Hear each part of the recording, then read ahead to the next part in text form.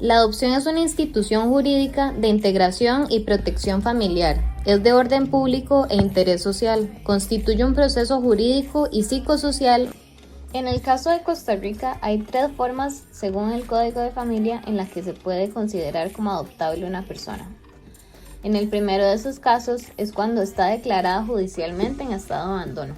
En el segundo de esos casos es cuando es una persona mayor de edad que ha vivido por más de 6 años antes de que fuese mayor de edad con una familia que haya tenido vínculos afectivos con ella y se dé el acuerdo entre ambas partes. Y por último sería una persona menor de edad cuyos padres lo hayan consentido ante la autoridad judicial correspondiente. Estos deben aceptar la entrega de desprendimiento y un juez debe medir si las causas son justificadas, suficientes y razonables para que se dé la entrega del menor. En el caso de Costa Rica podemos ver 2 opciones de adopción. Puede ser ya sea de una forma conjunta, es decir, una pareja estable, o de forma individual, es decir, una persona sin pareja, pero que tenga un hogar estable. La persona adoptable puede ser adoptada a nivel nacional por personas nacionales o a nivel internacional por adoptantes extranjeros. ¿Quiénes son estos adoptantes extranjeros? Son personas sin domicilio en el país que pueden adoptar de las formas establecidas anteriormente a una persona menor de edad que haya sido declarada por la autoridad nacional competente como apta para la adopción. En el caso de las adopciones es importante contemplar que los rigen muchos principios. Dentro de estos podemos contemplar los primeros 3, que serían el interés superior del niño, que según nuestra sala constitucional significa que siempre debe prevalecer el interés del menor sobre cualquier decisión. El segundo de estos sería el principio de subsidiariedad, que significa que primero se debe buscar a nivel nacional la posibilidad de adopción del menor antes de buscar en el extranjero para que éste no se vea obligado a adaptarse a una nueva cultura y salir de su ambiente, asimismo de alejarse de todo lo que conoce. Y por último, es importante que hablemos del principio de universalidad, que significa que todos los niños por igual tienen derecho a acceso a todos los derechos y protecciones que puedan tener. Por otro lado, podemos ver otros principios como el principio de integralidad de los derechos, en el cual se ve cómo los derechos de los niños son indivisibles, interrelacionables, inalienables e irrenunciables, así como tienen todos la misma jerarquía. También existe un principio de autonomía progresiva en el ejercicio de los derechos. Significa que cada vez la idea es que los niños estén más protegidos y no se retroceda en su protección.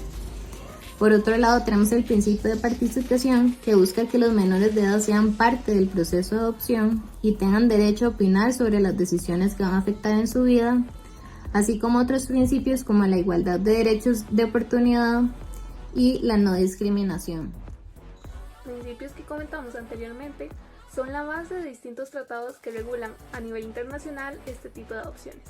El primero de estos tratados se trata de la Convención de La Haya sobre la protección de menores y la cooperación en materia de adopción internacional.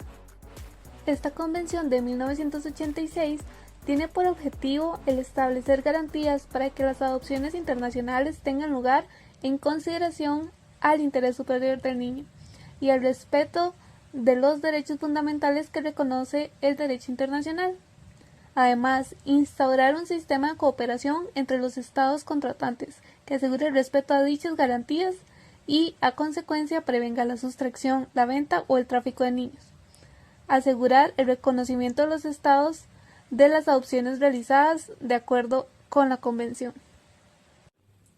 Otra convención es la Convención Europea sobre Adopción de Menores de 1967, cuyo objetivo es unificar el derecho material y los procedimientos en materia de adopción.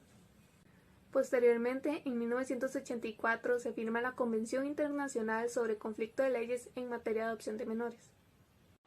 En el artículo 1 se especifica que esta convención se aplicará a la adopción de menores bajo las formas de adopción plena, legitimación adoptiva y otras instituciones afines, que equiparen al adoptado a la condición de hijo cuya filiación esté legalmente establecida cuando el adoptante tenga su domicilio en un estado parte y el adoptado su residencia habitual en otro estado parte.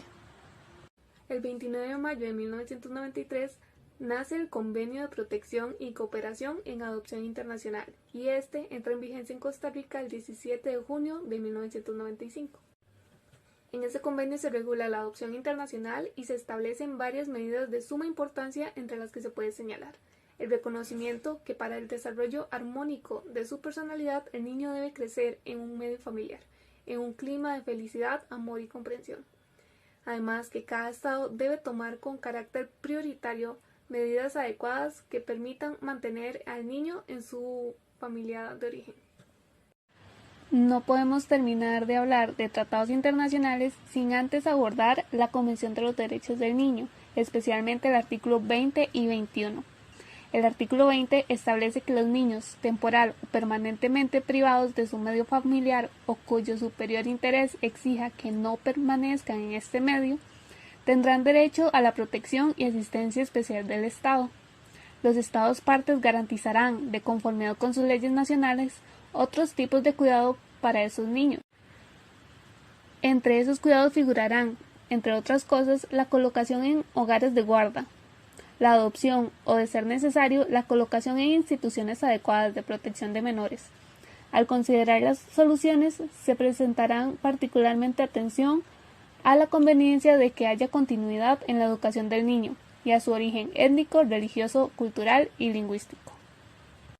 Posteriormente, en el artículo 21 se establece que los Estados partes que reconocen o permiten el sistema de adopción cuidarán de que el interés superior del niño sea la consideración primordial y velarán por que la adopción del niño solo sea autorizada por las autoridades competentes.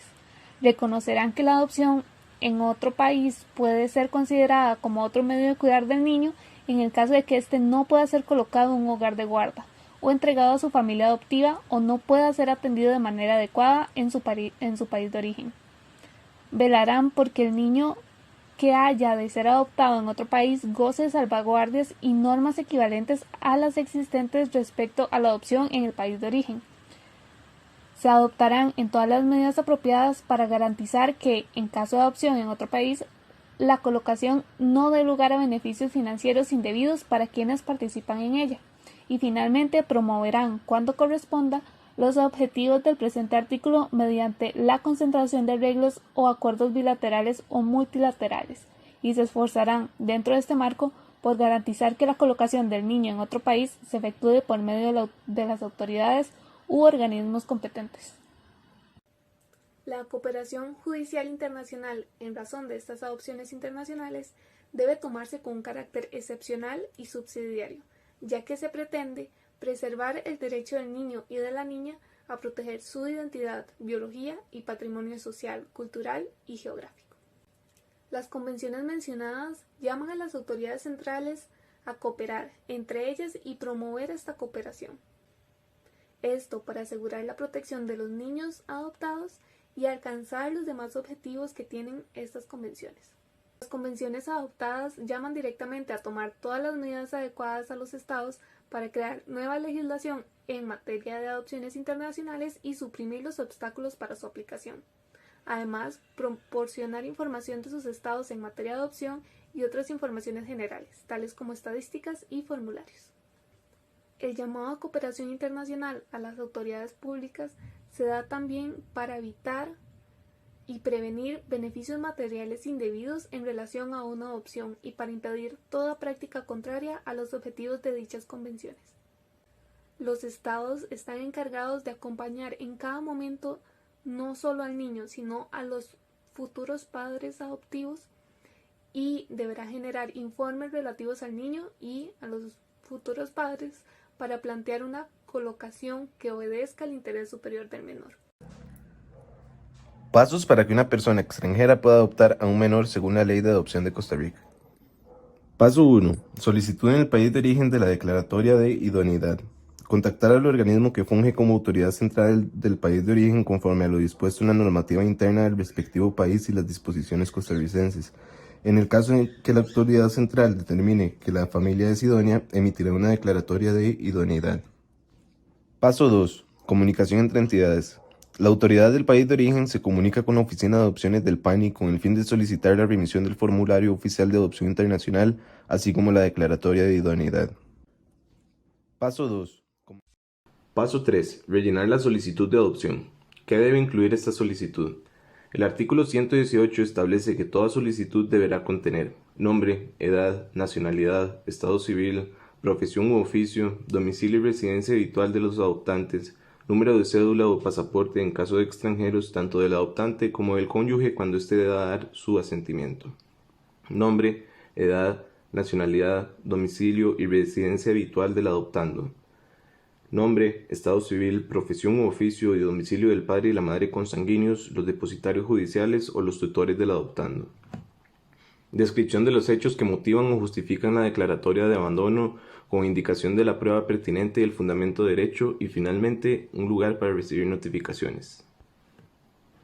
Junto con la solicitud se debe entregar una certificación de la sentencia firme de la declaratoria de abandono cuando proceda, certificaciones de nacimiento de los adoptantes y del adoptado, certificación de matrimonio de los adoptantes o del estado civil del adoptante si la adopción es individual, certificado reciente de salud de los adoptantes, inventario si el adoptado tiene bienes o si no los tiene la certificación respectiva, certificación de cuentas finales de administración del tutor o el depositario judicial aprobada por el juez competente cuando proceda, certificación de salario o de ingresos de los adoptantes, certificación del registro judicial de delincuentes expedida a nombre de los adoptantes o del órgano competente en el caso de los extranjeros.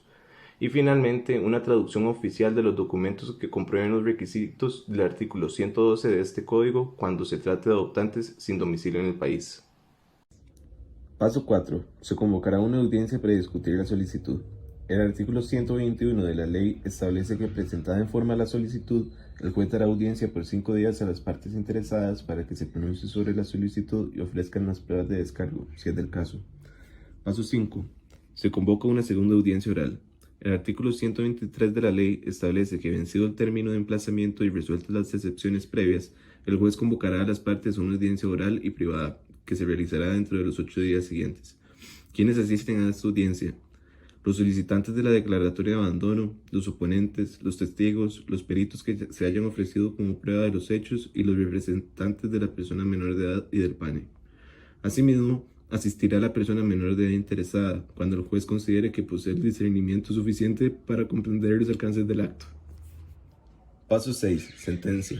El juez dictará la sentencia correspondiente y, de ser estimatoria, ordenará entregar al menor de edad al PANI para que proceda según lo dispuesto en el artículo 161 de este código.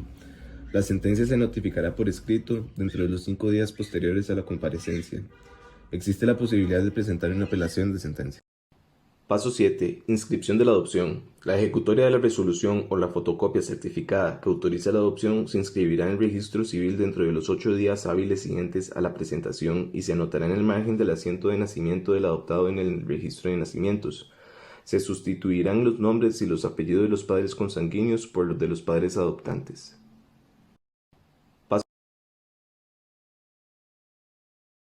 Podemos ver cómo los adoptantes y los adoptados establecen los mismos vínculos jurídicos que unen a los padres con los hijos e hijas consanguíneos. Asimismo, se produce una desvinculación del adoptado con su familia consanguínea. Él o los adoptantes ejercen la autoridad parental del adoptado y la adopción va a ser irrevocable. Incluso se podría solicitar al juez el cambio de nombre de pila en forma parcial o completa de la persona menor de edad. Es importante que, dependiendo de la edad que tenga el menor, este podría tomar parte del proceso en este cambio del nombre.